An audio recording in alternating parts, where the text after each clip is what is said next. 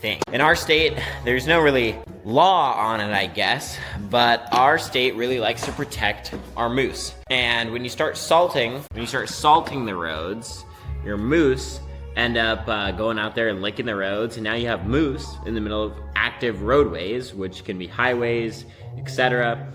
And it can create a real problem for the Department of Transportation and the state troopers, because now they're dealing with moose getting hit, right?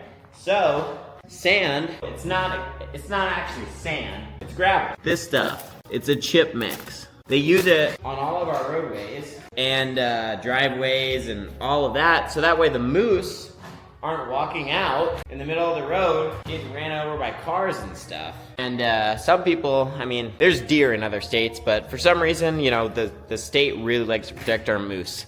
Alaska is one of the most animal-friendly states, and I know that sounds controversial because we're an oil state, but Alaska really likes to take care of its animals, and the DOT is very, very regulatory on the Department of Fish and Game is very, very regulatory on this.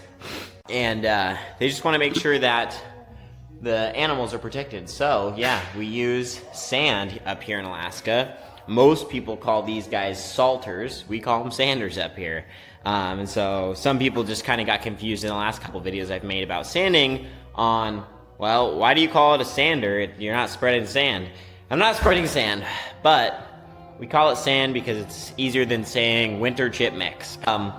Yeah, doing this, it's more effective. With little gravel bits on the road, salt really doesn't give you any traction, right? But these guys act like studs, right? So your standard truck tire, like this, that isn't studded, see all those rocks in there? Well, that's essentially what the gravel does, is you put all, you know, you're putting 5,000 pounds on, 50 or so little rocks in that tiny space where your tire's grabbing the road, and it gives you a ton of traction.